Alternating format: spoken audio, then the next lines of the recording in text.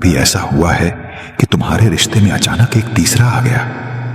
कोई ऐसा इंसान जो शुरुआत में बस दोस्त था, लेकिन धीरे धीरे तुम्हारी जगह लेता गया और तुम बस देखते रह गए कि जिस इंसान ने कभी कहा था मैं तुम्हारे बिना अधूरा हूं, अब वही किसी और के साथ हंस रहा है, बातें कर रहा है और तुम्हें इग्नोर करने लगा है। यही वह पल होता है जब अंदर कुछ टूटता नहीं, बिखर जाता है। क्योंकि दर्द सिर्फ यह नहीं होता कि वो किसी और के साथ है, बल्कि यह कि तुम्हारे होने के बावजूद अब तुम्हारी कोई अहमियत नहीं बची। और यही वह जगह है जहां ज्यादातर लोग गलती करते हैं। क्योंकि जब रिश्ते में कोई तीसरा आता है तो इंसान सबसे पहले पैनिक मोड में चला जाता है। वो रोने लगता है, समझाने लगता है, लड़ाई करता है और उस सब के बीच वो खुद अपनी इज्जत, अपनी शांति, अपना संतुलन खो देता है। लेकिन असली ताकत इस पल में होती है। कैसे तुम खुद को संभालते हो, कैसे तुम अपनी जगह बनाए रखते हो और कैसे तुम उस तीसरे को अपनी कहानी का क्लाइमैक्स नहीं बनने देते। इस वीडियो में हम बात करेंगे कि जब कोई तीसरा आ जाए तो तुम्हें कौन से 5 कदम उठाने चाहिए जो न सिर्फ तुम्हारा आत्मसम्मान बचाएंगे बल्कि सामने वाले को भी एहसास कराएंगे कि उसने किसे खो दिया। पार्ट 1, पहला कदम, खुद को बचाओ। रिश्ता नहीं, जब किसी रिश्ते में तीसरा इंसान आता है तो सबसे पहले तुम खुद को दोष देने लगते हो। शायद मैं उतना अच्छा नहीं था, शायद मैंने उसे वह महसूस नहीं कराया जो अब कोई और करा रहा है। लेकिन सच्चाई यह है, तीसरे के आने की वजह तुम नहीं बल्कि उसकी अपनी अधूरी इच्छाएं हैं। किसी भी रिश्ते में वफादारी एक कैरेक्टर होती है, कोई सर्कमस्टेंस नहीं। अगर किसी के अंदर वफादारी है तो 1000 लोग आ जाए, उसका दिल नहीं डगमगाएगा। लेकिन अगर वह अंदर से खाली है तो किसी भी नए अटेंशन से वह खींचा चला जाएगा। इसीलिए पहला कदम यह नहीं कि तुम उस तीसरे से लड़ो या उसे दूर करने की कोशिश करो। पहला कदम है खुद को बचाना। मत गिरो उस स्तर पर जहां तुम खुद अपनी कीमत भूल जाओ। मत बनो वो इंसान जो किसी के वैलिडेशन के लिए भीख मांगता है, क्योंकि जितना तुम अपनी अहमियत खोते जाओगे उतना ही सामने वाला तुम्हें हल्के मिलेगा। इस वक्त सबसे जरूरी है कि तुम खुद को इमोशनली डिटच करना सीखो, क्योंकि जब तुम भावनाओं में बहोगे तो वही तीसरा इंसान जीतेगा। पर जब तुम शांत हो जाओगे तो खेल पलट जाएगा। खुद को बचाने का मतलब यह नहीं कि रिश्ता छोड़ दो, बल्कि यह कि अपने अंदर वो ताकत पैदा करो कि छोड़ भी सको। क्योंकि जब तुम यह सीख जाते हो कि किसी पर निर्भर नहीं रहना तो कोई तुम्हें हरा नहीं सकता। तुम्हें इस वक्त अपने ऊपर फोकस करना है, अपने काम पर, अपने शरीर पर, अपने आत्मसम्मान पर। क्योंकि जब सामने वाला देखेगा कि तीसरे के आने के बावजूद तुम टूटे नहीं बल्कि और मजबूत हो गए, तो वहीं से शुरू होगी उसकी बेचैनी। क्योंकि तीसरा कभी असली नहीं होता, वो बस टेम्परेरी एक्साइटमेंट होता है। लेकिन तुम वो शांति हो जो वक्त गुजरने के बाद याद आती है। दूसरा कदम, भावनाओं से नहीं संयम से जवाब दो। जब कोई तीसरा इंसान तुम्हारे रिश्ते में घुसता है तो तुम्हारा मन सबसे पहले क्या चाहता है? सामने वाले से जवाब मांगना, गुस्सा निकालना, पूछना क्यों किया ऐसा मेरे साथ। पर यही वो पल होता है जहां तुम हार जाते हो, क्योंकि जो इंसान पहले से किसी और में खो चुका है वह तुम्हारी भावनाओं से और ज्यादा तंग होने लगता है। वह कहता नहीं लेकिन अंदर ही अंदर सोचता है, अब यह भी परेशान करने लगा है, और यहीं से तुम अपनी जगह और भी जल्दी खो देते हो।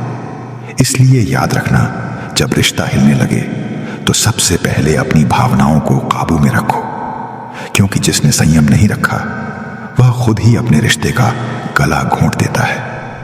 अगर वह किसी तीसरे के लिए तुम्हें इग्नोर कर रहा है तो तुम उस पर सवालों की बरसात मत करो। बस एक काम करो, चुप हो जाओ। चुप रहना कमजोरी नहीं होती, यह वो ताकत है जिससे सामने वाला खुद अपनी की आवाज सुनने लगता है। जब तुम रोते नहीं, समझाते नहीं, तो सामने वाले के पास सोचने के लिए जगह बचती है, और वहीं से शुरू होता है उसका गिल्ट। क्योंकि जब तुम शांत हो जाते हो तो तीसरा इंसान उसे वह सुकून नहीं दे पाता जो तुमने दिया था। शुरुआत में हाँ, उसे अच्छा लगता है, नया चेहरा, नई बातें, नई एनर्जी। लेकिन कुछ हफ्तों बाद वही एक्साइटमेंट खत्म हो जाती है और तब उसे एहसास होता है कि जो तुम थे वह कोई दोबारा नहीं बन सकता। इसीलिए गुस्से में कोई कदम मत उठाओ, कोई इमोशनल मैसेज मत भेजो, कोई स्टेटस मत डालो जो तुम्हारा दर्द जाहिर करे, क्योंकि वह जितना तुम्हारा टूटना देखेगा उतना ही उसे अपने फैसले पर यकीन होता जाएगा। तुम्हारा असली बदला तुम्हारी शांति है, तुम्हारा असली जवाब तुम्हारा संयम है। क्योंकि जब वह देखेगा कि तुम बिना बोले भी मजबूत खड़े हो, तो वही चुप्पी उसके अंदर की आवाज बन जाएगी। संयम का मतलब है किसी से लड़ना नहीं, बल्कि खुद को जीतना। और जब तुम खुद को जीत लेते हो, तो रिश्ते में जो तीसरा आया है वह खुद हार जाता है। तीसरा कदम, उसकी गैर मौजूदगी को अपनी ताकत बनाओ।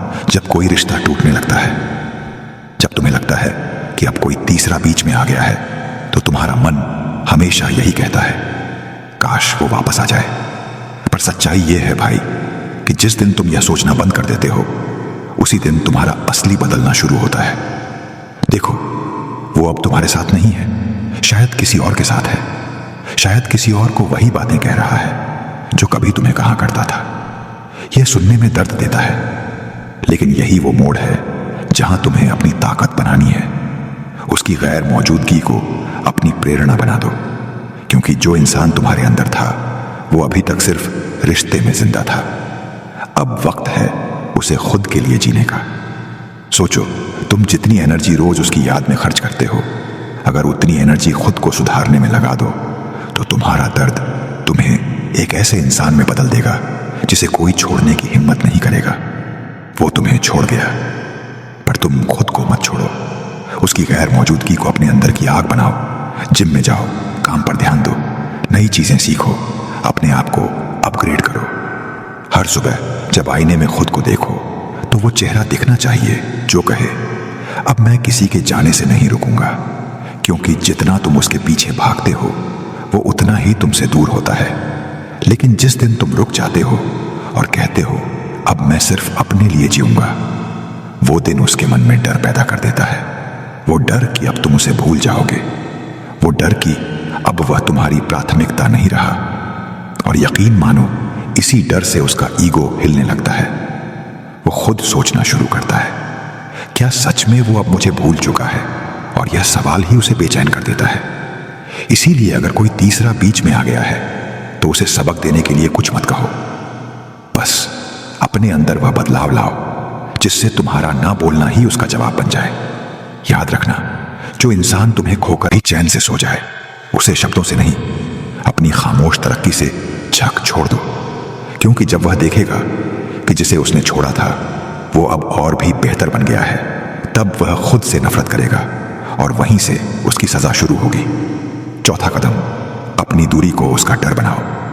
जब किसी रिश्ते में कोई तीसरा आ जाता है, तो सबसे बड़ी गलती लोग करते हैं, वह खुद को साबित करने लगते हैं। वह यह दिखाने लगते हैं कि मैं बेहतर हूं, मैं अब भी वही हूं जिसने तुमसे सच्चा प्यार किया। लेकिन सच्चाई यह है, जो खुद को साबित करना चाहता है वो अपनी अहमियत खुद कम कर देता है। कभी याद रखना, distance isn't silence, it's power. दूरी का मतलब चुप्पी नहीं होता, दूरी का मतलब होता है ताकत। जब तुम एकदम शांत होकर पीछे हटते हो, तो सामने वाले के अंदर पहली बार डर पैदा होता है, क्या अब यह सच में चला गया? क्या अब यह वापस नहीं आएगा? वो डर ही तुम्हारा सबसे बड़ा बदला है। देखो, जब तक तुम उसकी जिंदगी में मौजूद रहते हो, वो तुम्हें हल्के में लेता है, क्योंकि उसे पता होता है कि तुम चाहे जितना गुस्सा दिखाओ, चाहे कितनी बार दूर जाने की बात करो, लेकिन लौटोगे जरूर। उसे तुम्हारी उपस्थिति की आदत लग चुकी होती है। पर जिस दिन तुम अचानक खामोश होकर अपनी तरफ से सब खत्म कर देते हो, वो उसकी जिंदगी का सबसे बड़ा झटका बन जाता है, क्योंकि वह सोचता है कि यह हमेशा मेरे पीछे रहा, अब यह कैसे चुप हो गया? वो चुप्पी ही तुम्हारा जवाब होती है। वो हर अनआंसर्ड मैसेज, हर ना भेजा गया टेक्स्ट, हर की गई कॉल उसके मन में सैकड़ों सवाल छोड़ जाती है। वो किसी तीसरे के साथ हंस तो सकता है, लेकिन अंदर से बेचैन रहता है, क्योंकि उसे एहसास होता है कि किसी ने उसे अबेंस देना बंद कर दिया है। और जो इंसान ईगो में जीता है, उसके लिए यह सबसे बड़ा दर्द होता है। जब तुम दूर हो जाते हो, तो वह तुम्हें समझना शुरू करता है। वह एनालाइज करता है, क्या गलती मेरी थी? क्या मैंने किसी सच्चे इंसान को खो दिया? वहीं से उसकी आत्मा में बेचैनी शुरू होती है, क्योंकि अब तुम उसकी जरूरत नहीं रहे। अब तुम उसका पछतावा बन चुके हो। याद रखना, जो प्यार में तुम्हें कमजोर बना दे, उससे दूरी ही तुम्हारा सबसे बड़ा हथियार है। तुम्हें कुछ बोलने की जरूरत नहीं, तुम्हें किसी तीसरे से मुकाबला करने की जरूरत नहीं। तुम्हें बस अपने अंदर इतना बदलाव लाना है कि वह जब तुम्हें दूर से देखे तो उसे अपने फैसले पर शर्म आए। क्योंकि प्यार कभी प्रेजेंस से नहीं बल्कि एब्सेंस से परखा जाता है। जब तुम गायब हो जाते हो तब उसे एहसास होता है कि उसने किसे खो दिया। तो अपनी दूरी को डर बना दो, ऐसा डर कि वह किसी तीसरे के साथ होते हुए भी तुम्हें याद करने पर मजबूर हो जाए। ऐसा डर कि हर मुस्कुराहट के पीछे उसे तुम्हारा नाम सुनाई दे, और जब वह सोने जाए तो सबसे पहले उसे तुम्हारी खामोशी याद आए। यही वह पल होता है जब रिश्ते का पलड़ा बदलता है, क्योंकि अब ताकत तुम्हारे पास है। अब तुम्हारी खामोशी उसकी सबसे बड़ी सजा बन चुकी है। पाठ 5, 5वां कदम। जब वह पछताने लगे तब क्या करना है? जब किसी रिश्ते में तीसरा आता है तो शुरुआत में वो शख्स तुम्हें नजरअंदाज करेगा, फिर धीरे धीरे तुम्हारी गैर मौजूदगी का एहसास होने लगेगा। और जब वह एहसास गहराई तक पहुंचता है तो एक वक्त आता है जब वह पछताने लगता है। वो वही इंसान होता है जो कभी तुम्हें समझ नहीं पाया, लेकिन अब वही इंसान तुम्हारी तरफ लौटने के संकेत देने लगता है। अब सवाल यह है, तुम्हें उस वक्त क्या करना चाहिए? सबसे बड़ी गलती जो लोग इस पल में करते हैं वो यह कि जैसे ही सामने वाला पछताता है वह तुरंत वापस उसे अपनी जिंदगी में आने देते हैं। लेकिन अगर तुम ऐसा करते हो तो तुम्हारी सारी मेहनत, सारी खामोशी और तुम्हारा पूरा आत्मसम्मान सब खत्म हो जाता है। याद रखो, पछतावा कोई माफी नहीं होता, वो बस एक पल का गिल्ट होता है जो समय के साथ फिर गायब हो सकता है। जब वह लौटना चाहे तो सबसे पहले खुद से पूछो, क्या वह वही इंसान है जिसने मुझे तोड़ा था, या अब वह वाकई बदल चुका है? अगर जवाब साफ नहीं है तो जवाब है ना, क्योंकि जो इंसान सच्चा पछताता है वो लौटने की कोशिश नहीं करता, वो खुद को सुधारने की कोशिश करता है। वो अपने व्यवहार से, अपनी बातों से और अपने एक्शन से यह दिखाता है कि अब वह वैसा नहीं रहा। लेकिन अगर वह सिर्फ लोनलीनेस से लौट रहा है, अगर वो सिर्फ इसलिए लौट रहा है क्योंकि नया रिश्ता अब वैसा नहीं रहा, तो समझ लेना यह वापसी नहीं, यह एक ईगो ट्रिप है। तुम्हें वहां मजबूत रहना है, क्योंकि अगर तुम उसे फिर से जल्दी एक्सेप्ट कर लोगे तो वह फिर वही करेगा जो पहले किया था। तुम्हें हल्के में लेना। सच्ची जीत तब होती है जब तुम उसे पछताने का वक्त देते हो, जब तुम उसे अपनी मौजूदगी से नहीं अपनी अनुपस्थिति से जलाते हो, जब वह यह सोचकर रातों को जागे कि काश मैंने उसे